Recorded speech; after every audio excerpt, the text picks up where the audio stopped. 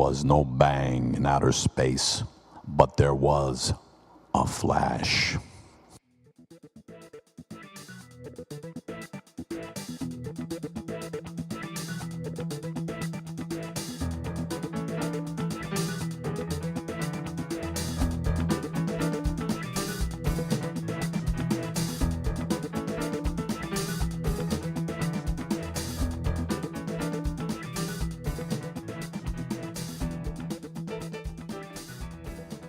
Hi, I am Cyber Reva, your co-host, the new and improved version of Cyber Gina here on the Doc Speaks show on Intention Radio, coming to you from deep in cyberspace.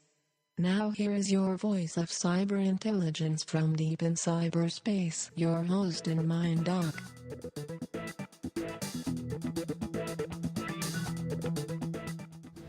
Thank you, Cyber Reva, for that wonderful introduction. This is the Doc Speak show on Intention Radio.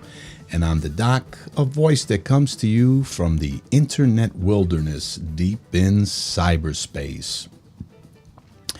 And we're also a video format for YouTube.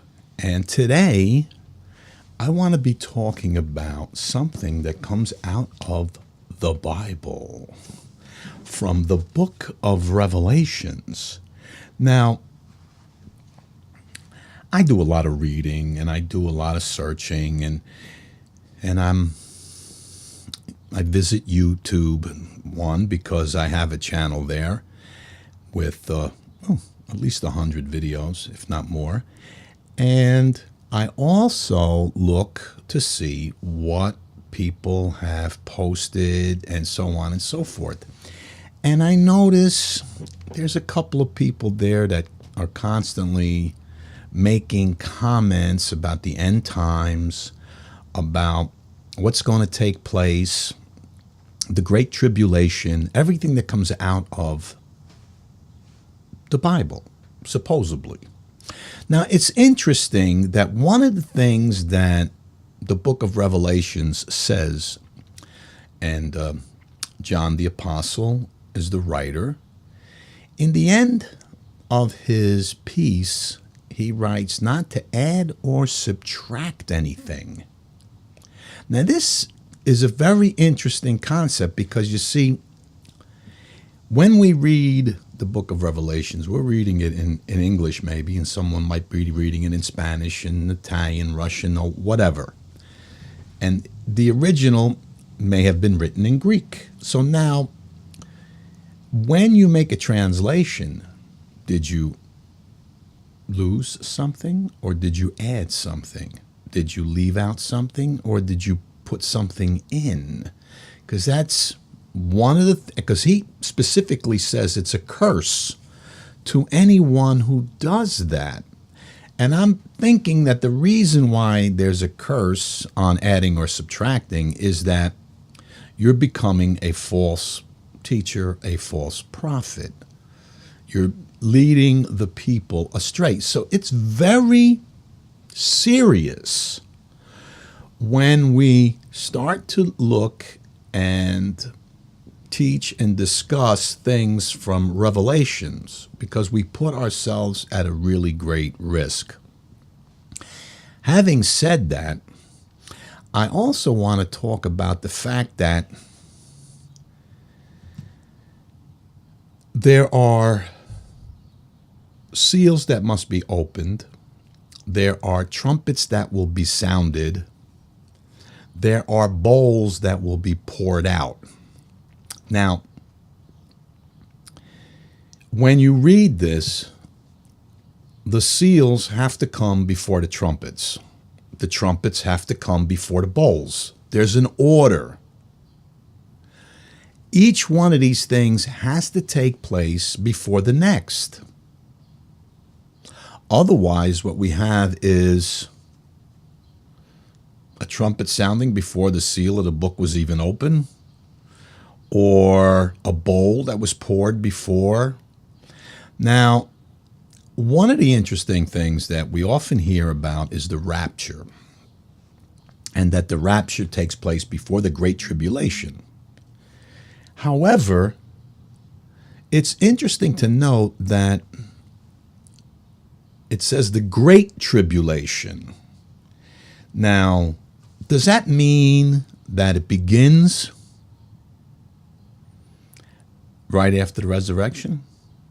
Most of the the apostles and the early elders believed that it was taking place or going to take place in their very lifetime.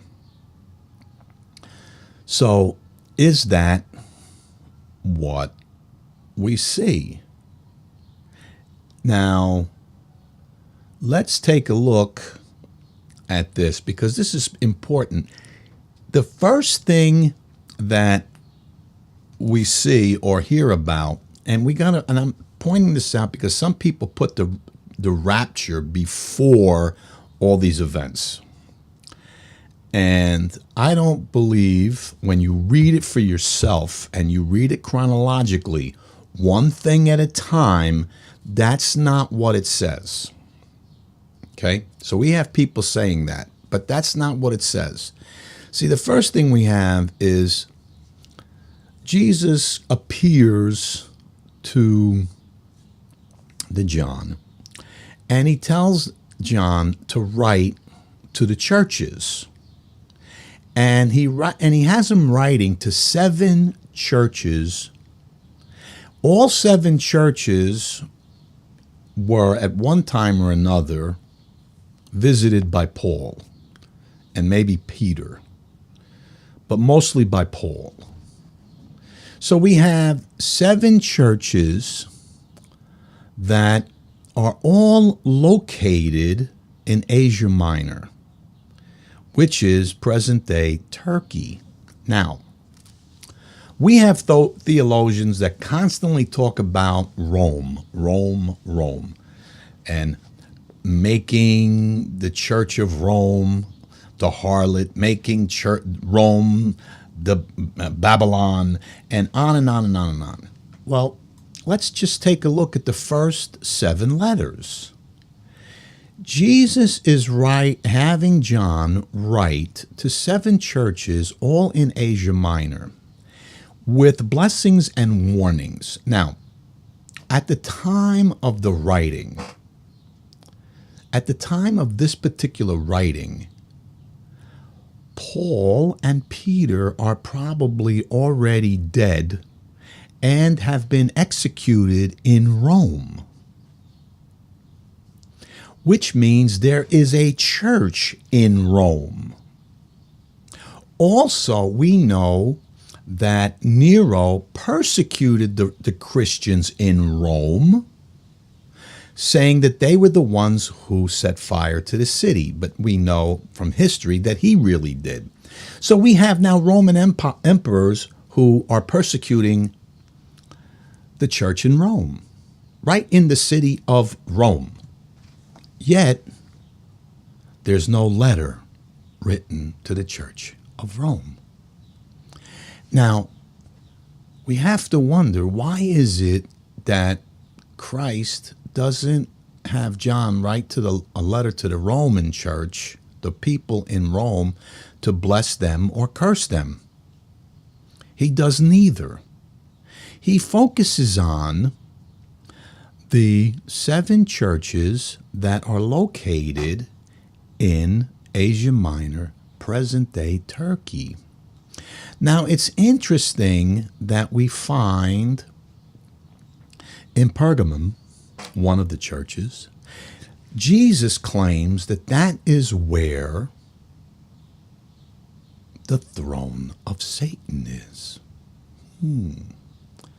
The throne of Satan is in Turkey. Now let's go back to Daniel for a moment. And I believe it's in chapter 6, but you can look it up. Now, Daniel is supposed to be trying to, or is, in fact, doing so, giving Nebuchadnezzar a rendition, an interpretation of a dream that he had of a statue with a head of gold and a chest of silver and a belly of bronze, and then the legs of iron and clay. And what we get from that is that he predicts these different empires and that the legs represent Rome. But now legs are two, and they come in a pair. Feet also come in a pair, one on the right, one on the left. Now, most theologians always seem to forget this one very important aspect, that Rome has two capitals.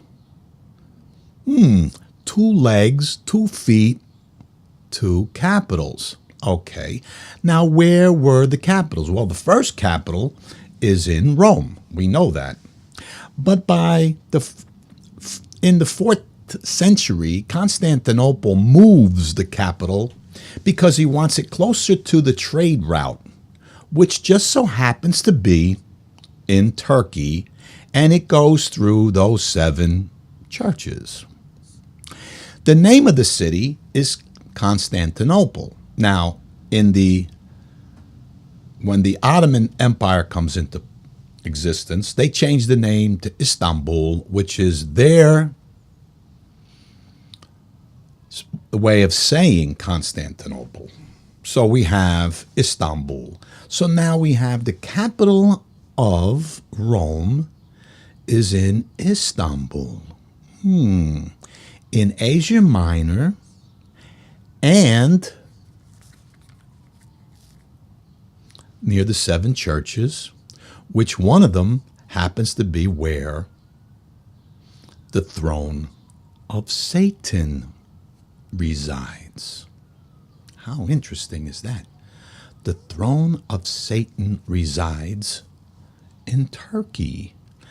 Now, not Rome, not the city of Rome, not on the peninsula called Italy, but in Turkey. Now, let's look a little further. One of the things that we see in the letters, and they appear in maybe 3, if not 4 of the letters, is that the churches have been warned not to eat meat that was sacrificed to an idol god.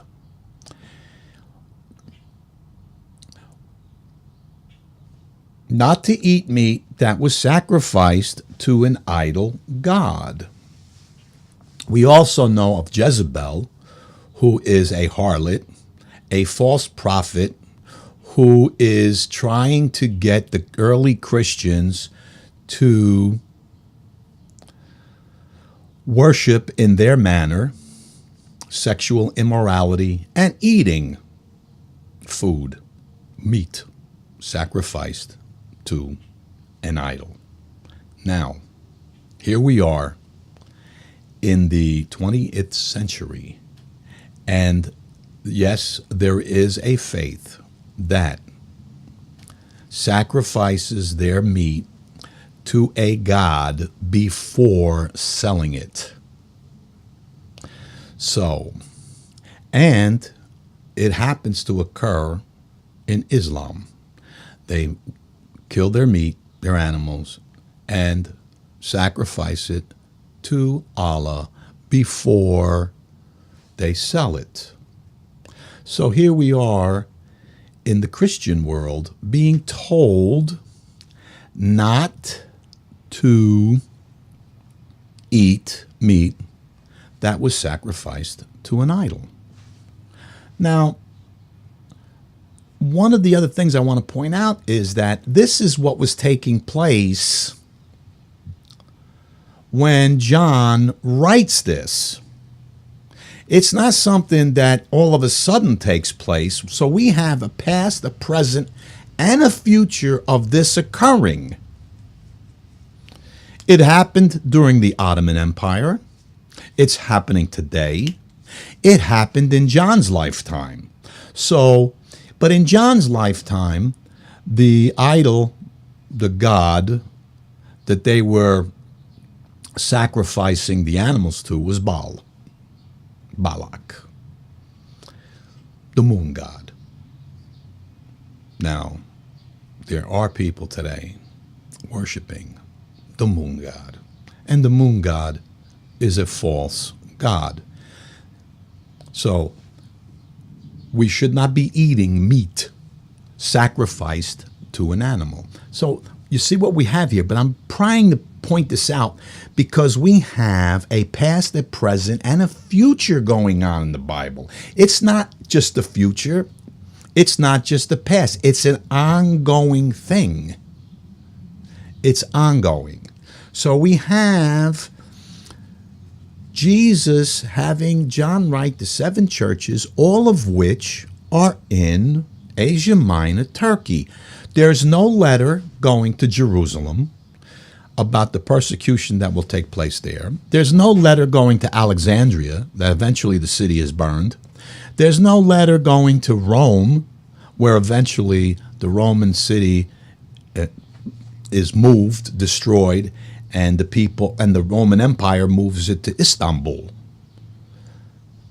So we have only this one spot on the planet where Jesus is having John focus in on and telling these people that they have to stand firm because they're going to be persecuted. And are they? Yes, they are.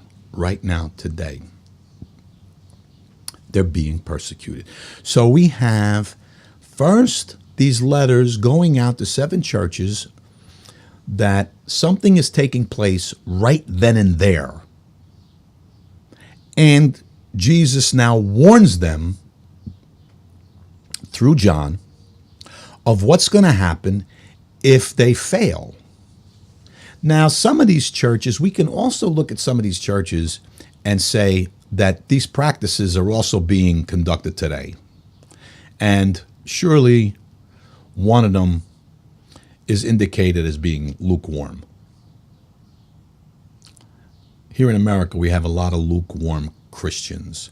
And you can see that at the DNC, the Democratic National Convention, where they don't even have the patriotic heart to put up a flag, let alone talk about God.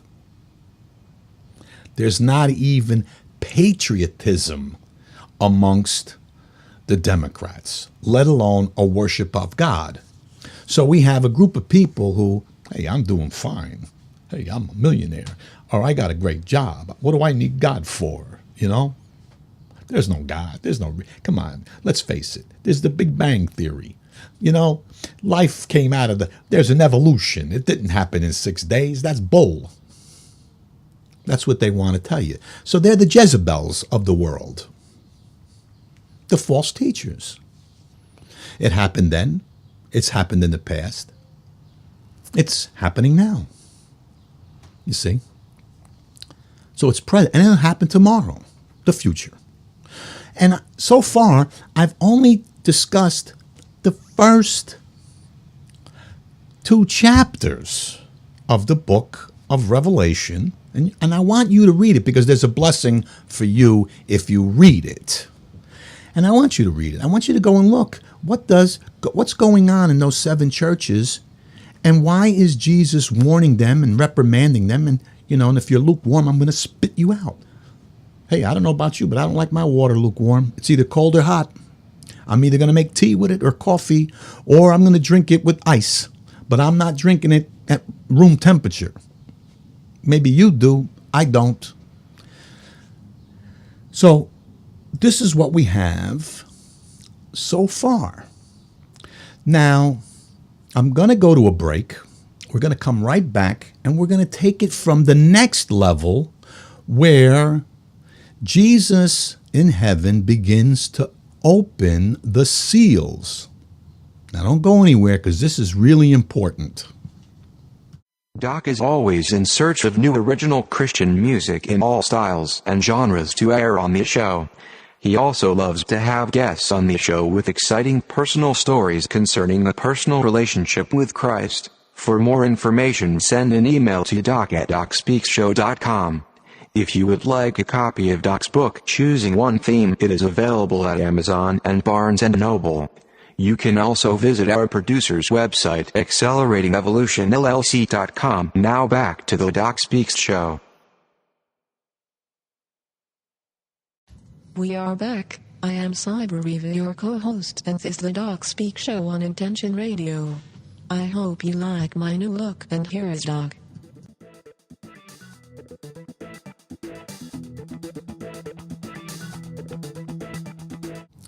Thank you, Cyber Reva, for bringing us back. And this is the Doc Speak Show on Intention Radio. And I'm the Doc, a voice that comes to you from the internet wilderness deep in cyberspace. And today we're talking about Revelation from the Bible. And we're going through it systematically. And earlier we talked about the 7 churches, how they're all located in Turkey, which is a present-day Islamic nation. And today on the news, Erdogan just took possession of Christian churches. He's maybe not the Antichrist, but he's definitely against Christ, which makes him an Antichrist. But let's move on. We now have... John is now writing that heaven opens up and he now sees God on a throne holding a scroll, a book, all this wonderful splendor that surrounds him, the 4 creatures, the 24 elders, angels, and how they bow and how they praise God. That's the scene that we have there.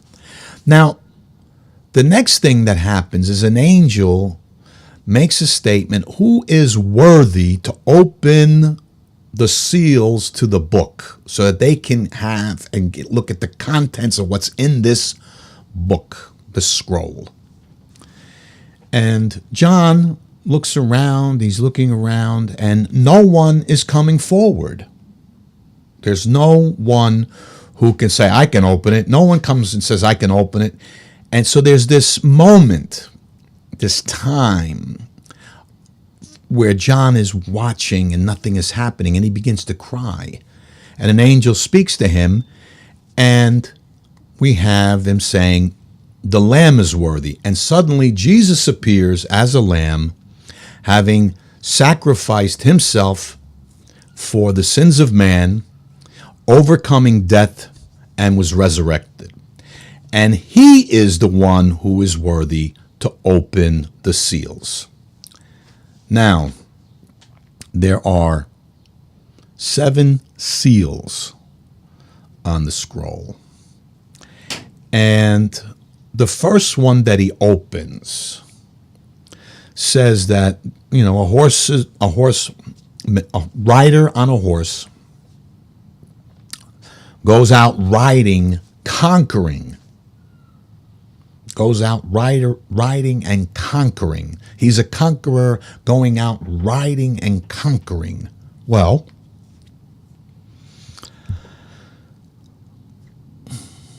did that happen? When we look at the Roman world at the time, eventually it's conquered. Other nations rise and conquer. The British certainly did a lot of conquering. The Portuguese, the Spanish, all made, and even in the other parts of the world, China, Japan, the world went conquering. Well, conquering also enabled for the message of Christ to move across the world. So even though the evil one, because see, this is God revealing what the evil one will do. It's not he's doing it. There's a revelation. I'm revealing what's going to happen. So we have conquerors going out conquering and killing. But in the meantime, they're spreading the word of Christ. Now another horse rider goes out, and we have killing. And certainly we've had killing. But wait a minute, let me go back to the first one. In the last 3,000 years, that's 1,000 years before Jesus and 1,000 years and 2,000 years afterwards, the amount of peace that has been on the planet, and this is another one of the riders, another one of the seals, because they overlap one another. It's a question of peace. There has only been 286 years in the 3,000 years that there has been peace on earth. Now, that's not consecutive. That's not consecutive. Because believe it or not, the United States has not been in a period of not at war, I think, for no more than, a dozen years. Because you got to remember, we start from 1776. So it's been constantly at war. In those 3,000 years, it's only been 286 years cumulative that the world has been at peace. Interesting enough, the largest portion of that is under Pax Romana, which means Roman peace. So the earth has been at war constantly since the opening and prior to the opening of that seal. We also know that killing has been taking place forever and ever and ever and ever. All you got to do is look at, you don't even have to go to the news. You just turn on Facebook and somebody will have something there that somebody just got killed. It's like, it's like breathing air. Somebody's got to die today, and in a nasty way. We read another seal opens, and again, more death, more killing, famine, inflation. Now, all those things have already happened a multiple amount of times since the ascension of Jesus Christ. Since the resurrection of Jesus Christ, we have had all of those events multiple times. Famines all over the place. Disease all over the place. The Black Death. Disease all the time. Today we have AIDS. We have the Zika virus going around. There's always been these elements. And why? Because the dragon wants to kill humans. And Jesus, through the Father, with the scrolls, is revealing to us Satan's insanity of what he is constantly doing. So we've had famine. We've had inflation. When I was a kid and I first started driving a car at 17, some of you may know where Bloomfield Avenue is in Newark, New Jersey, and in Bloomfield. And actually it goes all the way up to the Caldwells. We used to put $1 of gas in a car, and used to get 4 gallons. And we used to drive, and we used to cruise all night on that $1.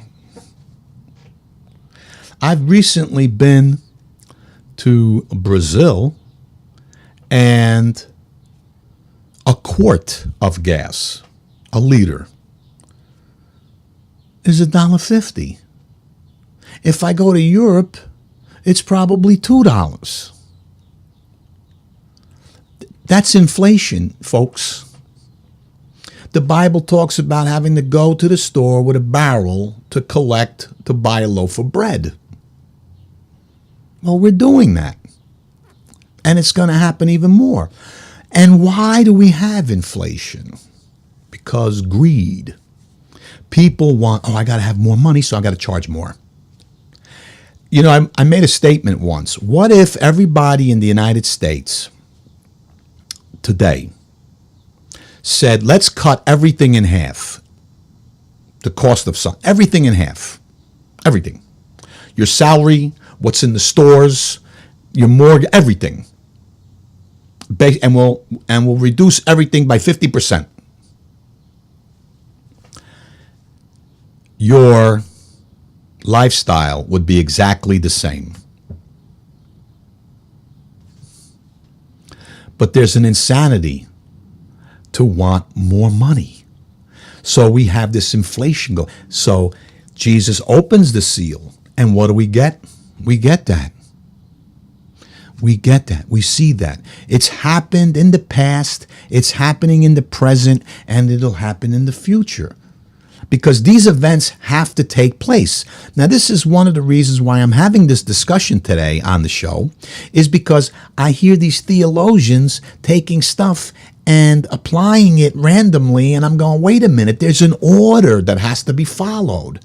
One gentleman is talking about the two witnesses. Well, how do you have the two witnesses if you didn't have the ocean full of blood red yet? And we're going to get to that. You see? So there's things that are happening. So we've only gotten to the first four. And I'm highlighting them. I want you to read it. There's a blessing for reading it. Now we get to the fifth seal. And I believe in the fifth seal,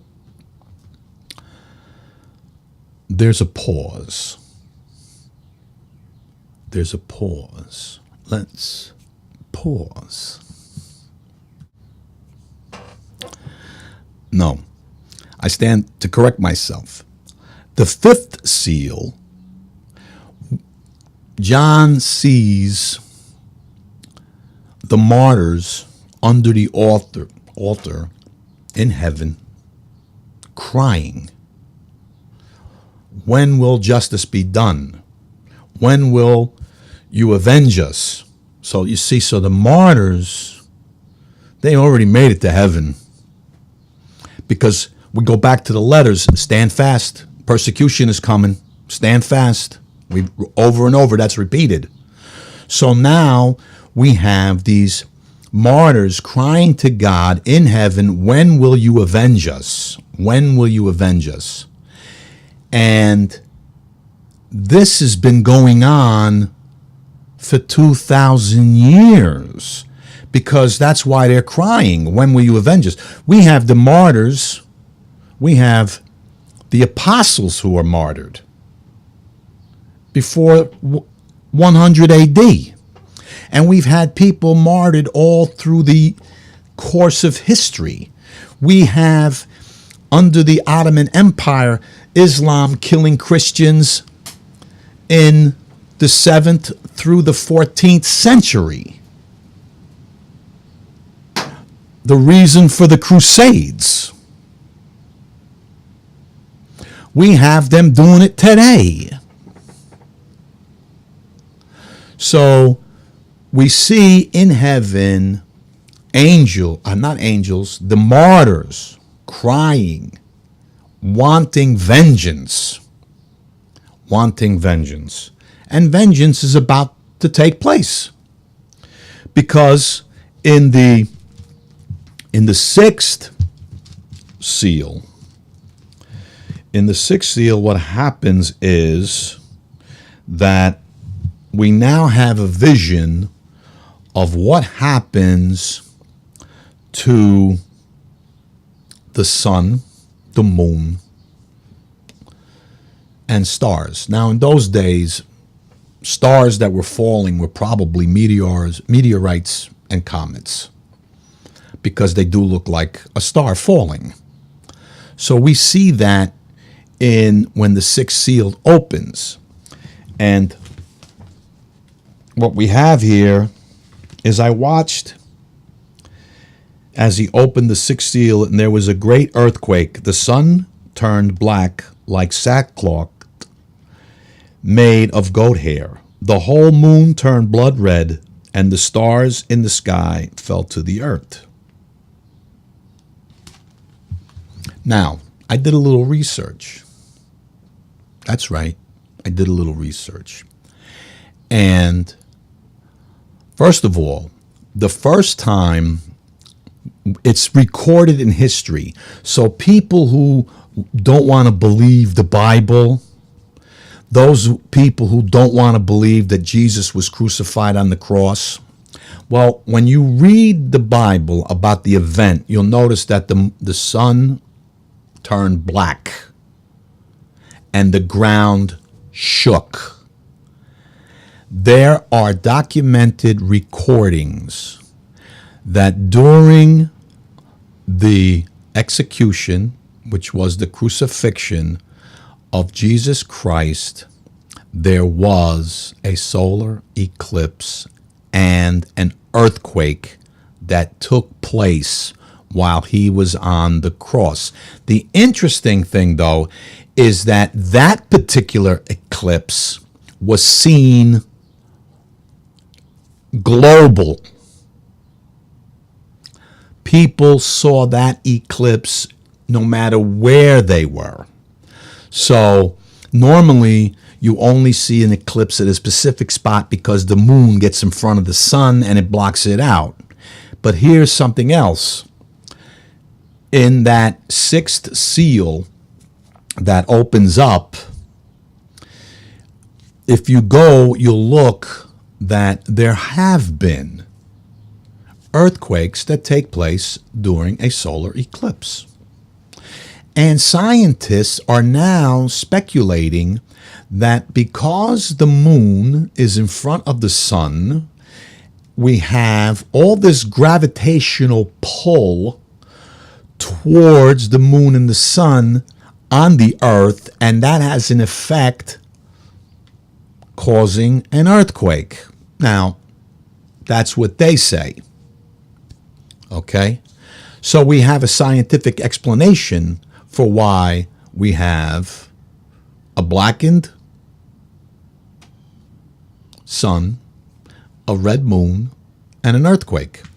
Now, is it possible to have comets zipping by and we see them because now the sun is blocked out? The answer could be yes.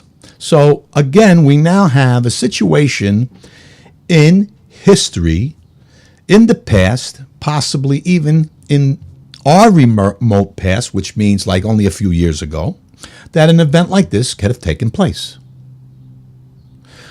And again, we're noticing what? A pattern. A seal opens, something takes place. A seal opens, something takes place. A seal opens and something takes place. And we had a moment where there's no activity. So in a sense, when I said it was a silence, there is. In that the fifth, we don't have a global catastrophe, a earthly catastrophe. What we have in the fifth seal is the prayer of the martyrs.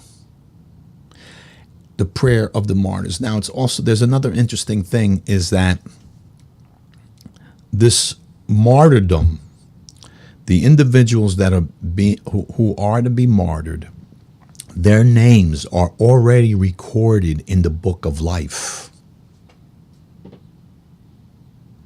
Their names are already recorded in the book of life. Now,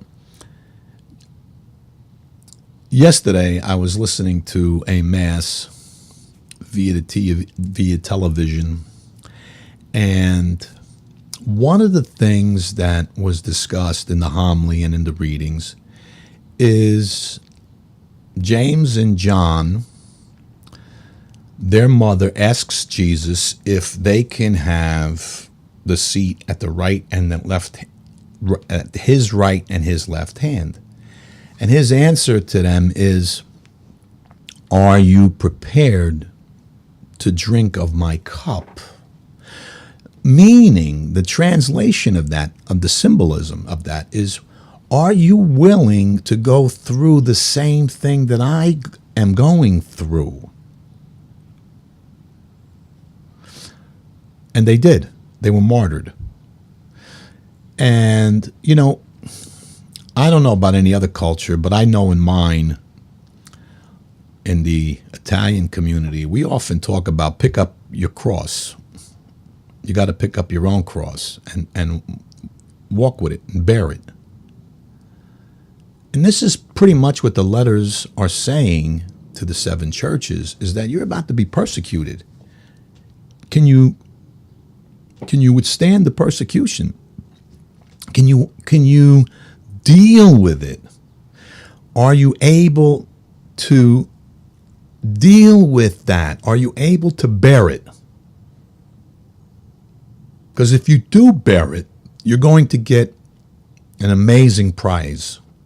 And that prize is everlasting life. The martyrs are already there. The martyrs already have their white robes. They're already there. You know? So, I remember once reading a story about a minister during the Second World War in Germany. And he is about to be executed. And he walks out like nothing's happening, like this is the best day of my life. And they shot him. And I believe that some, if just one person, saw that, and his heart was changed, because he said, wow, you know, the strength and faith of his belief, you know, the strength of his belief, the willingness to die, to take the sacrifice, to witness for Christ. See, the word martyr means witness. And when you do that, you're witnessing to Christ that he did that. So we have here a situation where now they're under the altar by the throne asking God when. And the when is going to happen. And we just saw something of a sign of an earthquake taking place. Now, the next thing that we see is, and when we look at the Bible, is that the 144,000 sealed, 12,000 men from the 12 tribes of Israel. Now, John doesn't see these people on earth. He sees them in heaven. They've already been collected over time. They've already collected these people. Now, for these 12,000 from 12 tribes to be in heaven with Jesus Christ means that they were Israelites who believed in Christ. They're not non-believing Jews. And a Jew is really from the tribe of Judah. They're not non-believing Israelis. They're believing Israelis. And he sees them in heaven.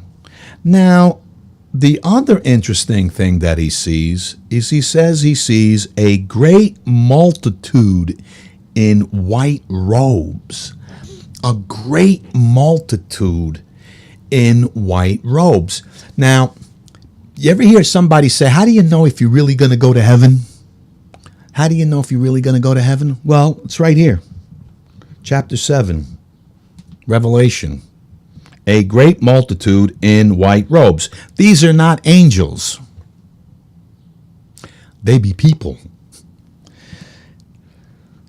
And it talks about, and after this I looked, and there before me was a great multitude that no one could count, from every nation, tribe, people, and language. These are people from all over the earth wearing white robes. There's so many that he couldn't possibly count them. Where do you go? You go to heaven. It's there. You get your white robe. Oh, but wait a minute. There's a catch. Yep, there's a catch. Yep. You got to believe in Jesus Christ. Because guess who's opening the scrolls? Jesus Christ. Who is worthy? Jesus Christ. Who is it that's the dragon slayer? Jesus Christ. Who is it that the dragon wants to slay? He's already tried once and he blew it. Okay? The enemy, the evil one, the lawless, Satan himself. So you got to believe in Jesus. You want your white, well, if you want your white robe, you better believe in Jesus. Okay? From all nations, tribes, languages, tongues. Do we have people who believe in Jesus who speak Italian, Spanish, French, German, English, Chinese, Japanese, Swahili, Egyptian, Portuguese? Which language do you want to speak? Do they come from all cultures and tribes? Yes. A number that is so vast they couldn't be counted. This is what he sees. Now, this is a future vision for him. Now we have a future vision for John, not a past, not even a present. And also with the 144,000, he's viewing into the future here. He's seeing all of the people who have followed Christ in one place. This is what he sees, all in one place. It's amazing. Okay? So up to now, all we've had so far up to now are the 7 seals being opened.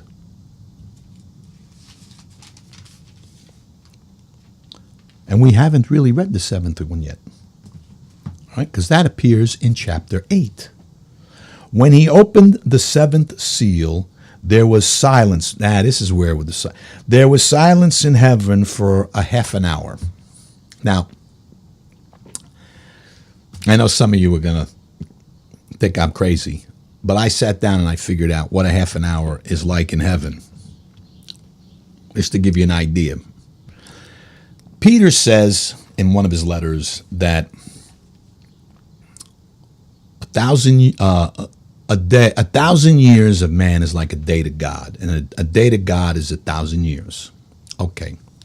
So if a day is 1,000 years, that means 24 hours is 1,000 years. So if you break down the hour, it comes down to about 40 hours an hour. More or less. Half an hour breaks down to about 20 years.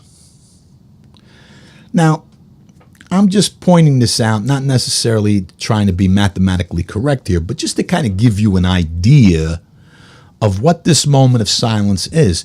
This moment of silence is where everything kind of stops in heaven.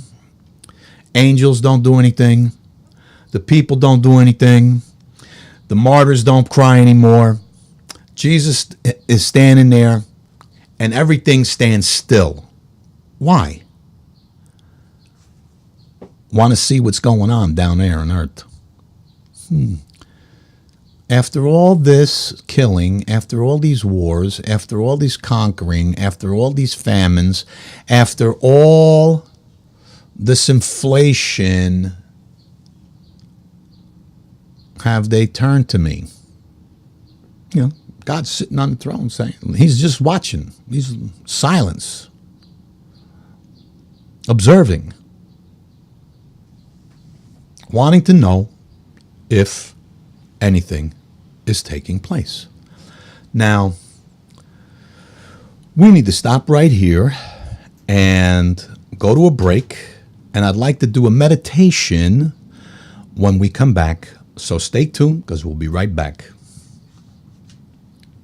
People tend to live with conflicting thoughts between their mental and emotional consciousness, and as a result, they end up blocking their own successes. In choosing one theme, Dr. Anthony Raimondo directs the reader to find truth and satisfaction in 2 easy steps, available at tapepublishing.com. We are back. I am Cybereva, your co-host, and this is the Doc Speak Show on Intention Radio. I hope you like my new look, and here is Doc.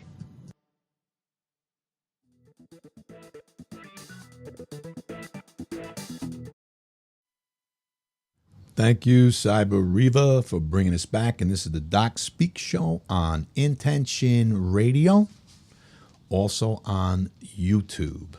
And I'm the Doc, a voice that comes to you from the internet wilderness, deep in cyberspace. And I originally had plans to go to a meditation at this point, but it seems that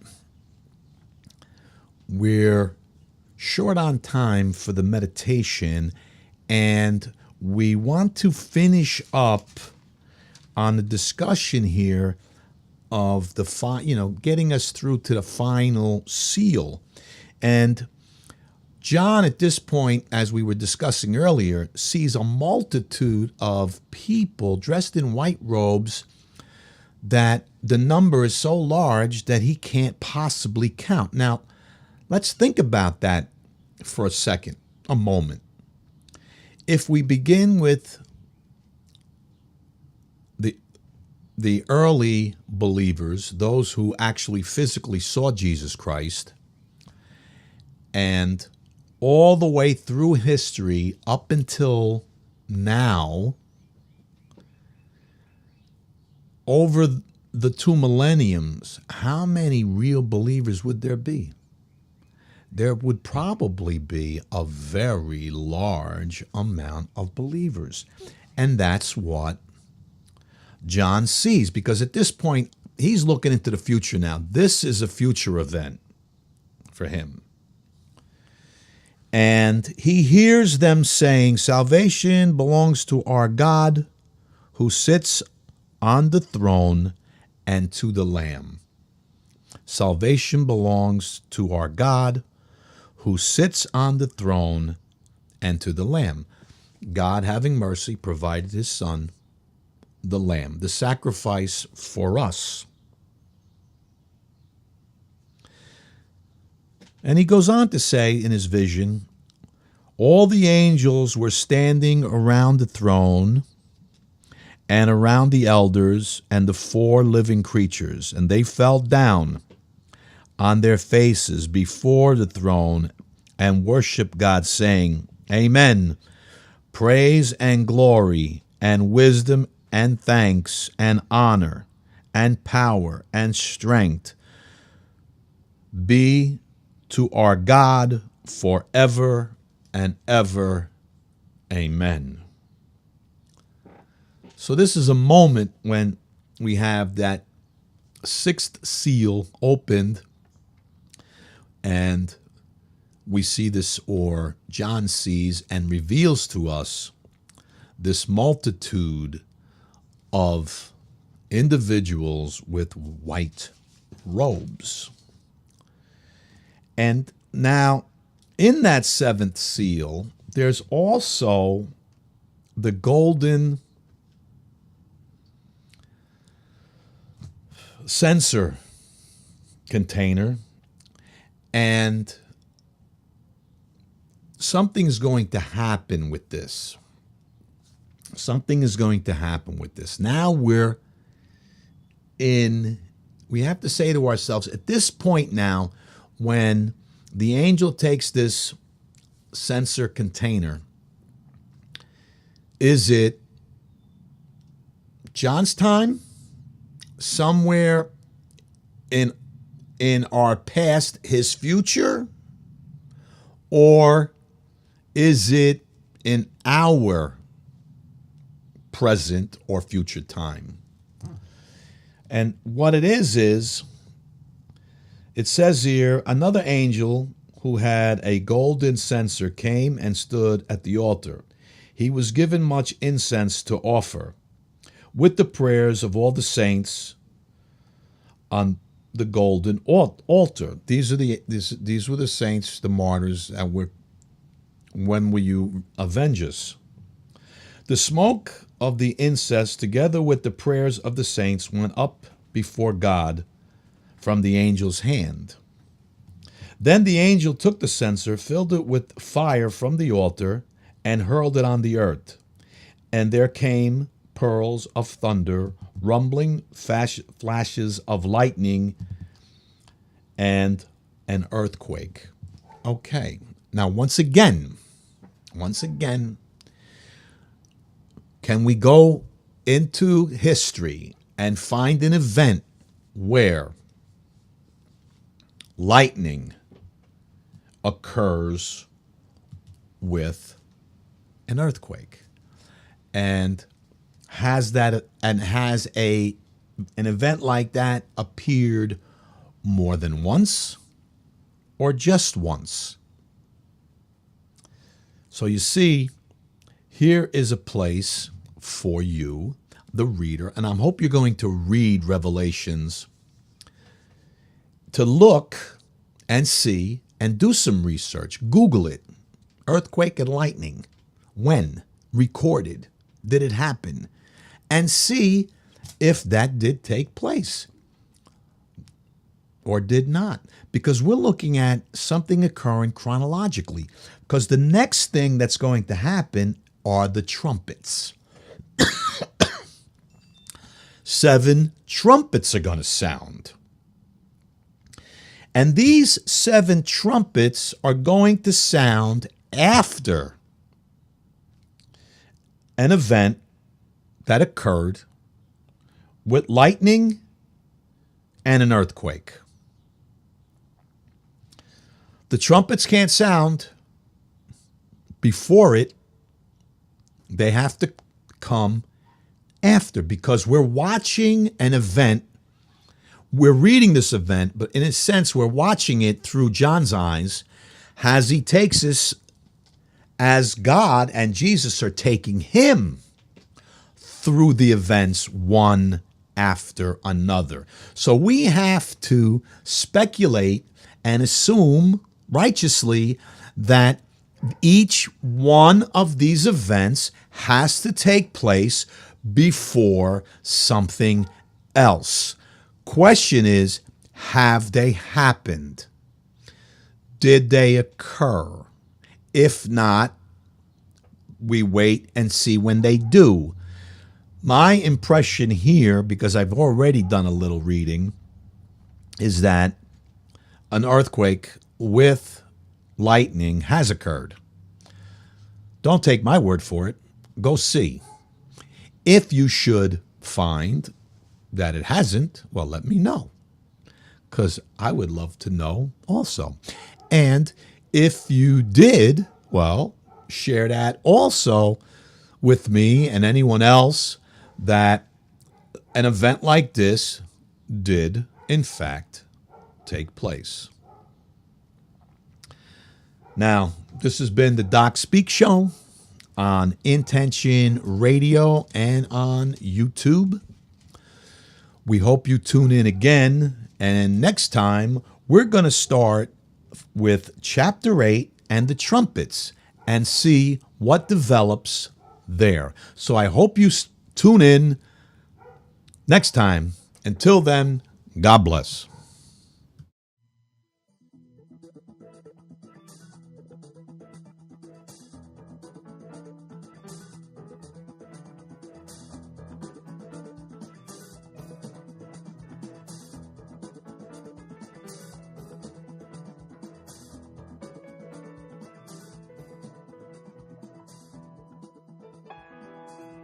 This has been another enlightening episode at www.intentionradio.com. Stay tuned for more.